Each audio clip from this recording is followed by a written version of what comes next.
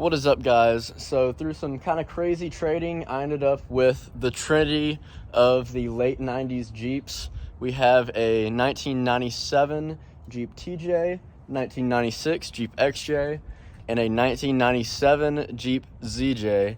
And so today we're going to get to compare the three and hopefully give you an idea of what's going to work best for you for a budget rock crawler. All right, so first and foremost, we're gonna run through the cost of each one, what each has done to it, and roughly what you can find one for on Facebook Marketplace right now. So we'll start off strong with the TJ. Like I said, it was a 1997. You can get these in just about this exact condition for about $12,500. I believe that he got his from a farmer, didn't need it anymore, gave him a really good deal on it. But it is a 2-inch lift, 33-inch tires, front and rear steel bumpers, an 8,000-pound winch, and it has a skid plate that covers the transmission and transfer case and actually drops that down so that the drive line will match the lift more clearly. And it also has front and rear axle covers, so that covers up your differential and protects it from things like rocks. More than likely, you won't find very many with a relatively cheap price on Marketplace with that, but it's a very cheap upgrade to do yourself. Now with the ZJ, this is my pride and joy somewhat. I bought it for $1,000. I have $800 into fixing it. When I bought it, it had a blown transfer case and a couple random things that just needed to be addressed. So this is a 4.5-inch Rubicon Express lift kit. It also has a 1-inch puck on top of that to make it a 5.5-inch lift. I have since added lights, basic stuff. I welded front and rear differentials, but the tires came on it. It actually came with these mud claws. I ended up cutting one, replaced it with an MT that I found on Marketplace. I got that for free. So for $1,000, I got this ZJ. You can find a very similar build for about $2,500 on Facebook Marketplace right now. I will say that I didn't calculate in the time it took to actually fix it, but I feel like getting one for $2,500 is a pretty good deal.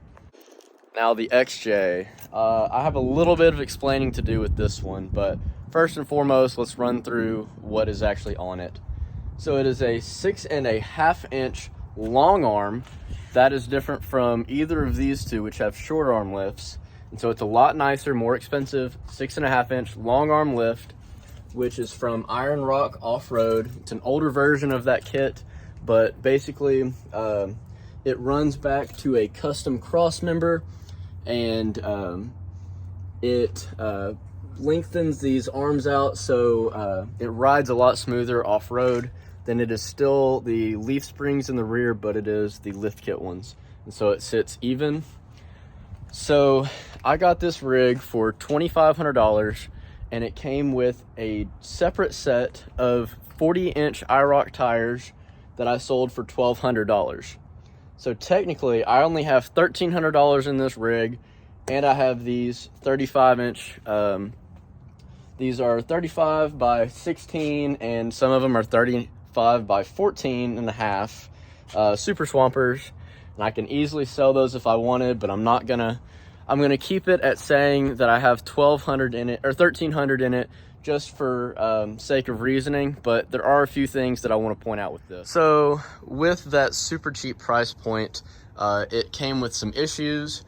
It had some body rust. They've tried to kind of fix it, but I'm actually in the process of cutting this out and replacing the floor panels with things without rust, and we're gonna get some just like 16 gauge steel welded in. It's gonna be a very simple process. That's gonna cost me roughly $50. It honestly may cost less if I reuse the old plates and just do a little bit better job of cutting things out. Then it also needs the transmission put back in. He had blown a transmission and gave me transmission and transfer case to go with it.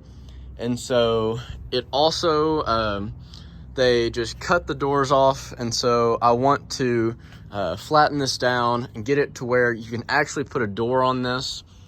Overall, I believe my cost is going to be around $150 to get everything able to be installed and thrown back in. The seats I do have there in the garage, but so that brings the total up to $1,400, and then I think it's going to take around 24 hours of labor. So if you want to integrate that into the cost, for me, it's just I love doing this, and so that's not a true cost to me because I'm doing it myself. But if you were to pay a shop to do all the work that I'm doing, and it did take them that 24-hour period, it would cost about $2,400 to be done professionally. And so that would bring the cost of this to around $3,800 or so. So I'll let you decide whether or not you want to take the $1,300 price point that I paid or integrate that labor into it. Now, there are going to be 4 main topics of this video: length, weight, accessories, and factory options. All right, now we're going to start off by talking with that length and weight, because those are the 2 things that I think are the most important when it comes to rock crawling. So in order to climb hills, you want to have a long wheelbase, and you want to be ideally a lighter weight. So I think that the XJ does this the best because it has a 101-inch wheelbase from factory. It is very easy to stretch it out further if you would like, and it weighs the least of any of these. Now, the Jeep ZJ is going to have the actual longest wheelbase at 107 inches, but it is about 700 to 800 pounds heavier than the XJ, depending on what motor you get. And I recommend the 5.2, which is the heavier option. Now, the TJ got thrown back there, but the TJ only has a 93-inch wheelbase from factory. It is going to be the middle ground as far as weight, coming in at only about 200 to 300 pounds more than the XJ. But with that smaller wheelbase, it's a little bit harder to justify the small wheelbase and still being heavier than the XJ. Now, one important thing to point out is why the Jeep XJ is able to be so light. So instead of having a frame like the TJ has, it instead has a unibody. The unibody on the Cherokee is a lot thinner than the unibody on the ZJ. Now, because I have these rust spots, you're actually able to see how thick the unibody is, and it is a lot thinner than an actual frame rail would be, and it's also thinner than even the Jeep ZJ unibody. And so you're much more likely to rip it, tear it. You can't put links directly onto it. And it comes with a few other drawbacks, but those can easily be overcome with frame stiffeners. Now, to talk about accessories, it only makes sense to come over to the TJ, which is the clear winner in that department. All of the accessories on it have been purchased, whereas with the Jeep XJ and ZJ, there's a lot less aftermarket support. And so if you're wanting to slowly build a rig with things that you're not having to custom make yourself, the TJ is going to be your best option. Now, that said, there are accessories for the XJ and the ZJ, but they will most likely come at a slightly higher price because they are less sought after than the ones for the TJ. Now we're going to talk about factory options. So with everything, there are good sides and bad sides. So let's start off with the ZJ. The ZJ has the option for the very reliable 4.0 motor, or it has the option for the 5.2 liter V8, which is what I have in mind. One thing you're going to get out of that V8 is a 44A rear differential. While it's not as strong as a true Dana 44, it is going to be a huge upgrade over the Dana 35 that the TJ and the XJ both have in the rears. Now, one important thing to note about that Dana 44A is that the center casting is aluminum, not steel or iron, and so it is much more likely to crack if you smack it on a rock. I have not had issues with this, but people on the forums always say that you need to swap one out. There's also much less aftermarket support for the 44A because it is a larger ring and pinion than a regular 44. Now, one big downside of the ZJ is that it comes with either a 242 or a 249 transfer case. If you don't know what that means, the 249 has a viscous fluid, and so it never truly can lock into four-wheel drive. The 242 has a thinner output shaft, which I have proven is a significant downfall on the rocks because you will snap it in very easy light throttle situations. It narrows down where the ZJ would get the speed sensing, and at that point is a very weak spot. Now the Jeep XJ has a different front axle than either the ZJ or the TJ. It has instead a high pinion Dana 30, which is a very sought after part because it is about 33% stronger in the gear and ring section than the TJ or the ZJs. This is a 1997, which means it also has upgraded front U-joints. Those are known to be stronger in the 96 and 97 models. I don't actually know the reasoning why or the percentage stronger that they are, but that is what forums have told me over and over again. Now, while my Jeep XJ has the Dana 35 rear, there's also an option for an 8 1/4, which, if you look at your differential, there's going to be a flat spot on the bottom of an 8 1/4. The 8 1/4 is significantly stronger than the Dana 35, but it is not as strong as the 44A. Now the TJ only has one set of axles that come in a non-Rubicon package. The Rubicon package you're going to be paying a huge premium for because people can sell those axles, which are 44s, for around $2,500–3,000 because they are locked. And it also has a nicer transfer case than any of the Jeeps that we have because it has a true 4:1 ratio. Now the TJ and the XJ both have two motor options. They can either come with the 4.0 or a smaller 4-cylinder motor. The 4.0 is one of the most reliable engines in the Jeep market, and so I would recommend that any day of the week. Now, one clear reason that you might want to go to a TJ is the ability to take the doors and tops off.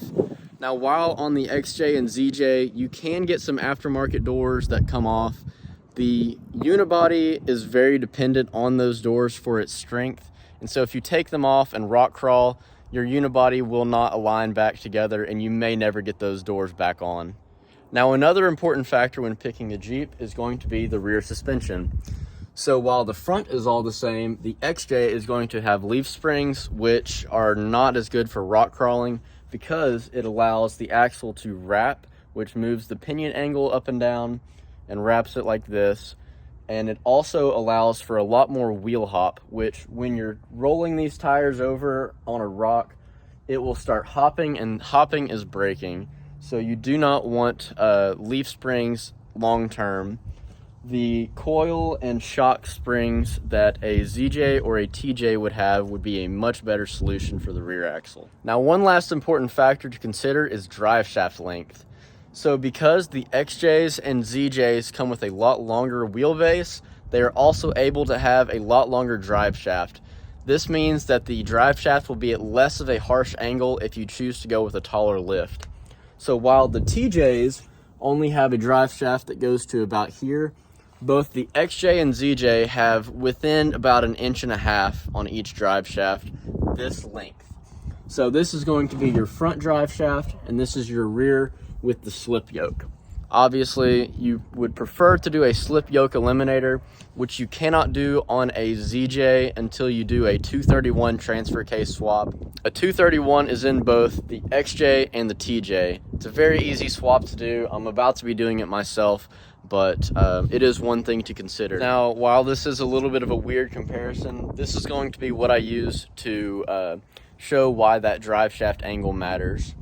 So in order for a TJ to have a lift height, this is how steep those drive shafts would have to be, because it's going to go from that rear axle up to the transfer case, whereas on this Jeep, it instead has a very long drive shaft, which is able to be at that angle. While it's still not great with this 6.5-inch lift, it is going to be a lot better than what a TJ's would be. Now, while I try to keep this review completely unbiased, I will tell you my personal opinion is that I'm going to be keeping my Jeep ZJ. So the reasoning I have for this is, for one, the wheelbase. The TJ basically will never have a wheelbase as long as the ZJ, and even the XJ would really struggle to ever get there. There's going to be a 5-inch difference from factory between the ZJ and the XJ. And when I stretch the ZJ, even the XJ is not going to be able to compare. My second reason for keeping the ZJ is going to be the 5.2 liter V8 motor. The 5.2 only makes about 15 more horsepower than the 4.0 that's in either the XJ or the TJ. But I just love the noise, to be completely honest. I was going to do, if I was going to build an XJ or a TJ, I was really wanting to do a V8 swap, even if I just swapped like a 5.3 LS in, just because I love the V8 noise. And that is one of the stupidest reasons to keep a Jeep, but it's on the list. Now, another reason I'm going to be keeping the ZJ is the combination of the longer drive shaft, like the XJ, and the rear suspension. I don't have the money to do a full rear suspension construction on this, and so for me to already have a 44A in the rear that I can at least abuse on for a while until I can get a 14 bolt, and having the shock and coil suspension, I think that for me it is a better option to keep the ZJ than to eventually try to upgrade an XJ, but be running these Dana 35 and the leaf springs. I don't think that I would be able to keep those intact for very long. So I hope you enjoyed the video, and I hope you got a little bit of something out of it. I tried to keep it short and sweet, and I tried to make it as unbiased as possible. I've told you my opinions, and I'd love to hear what other things you have to say down in the comments below.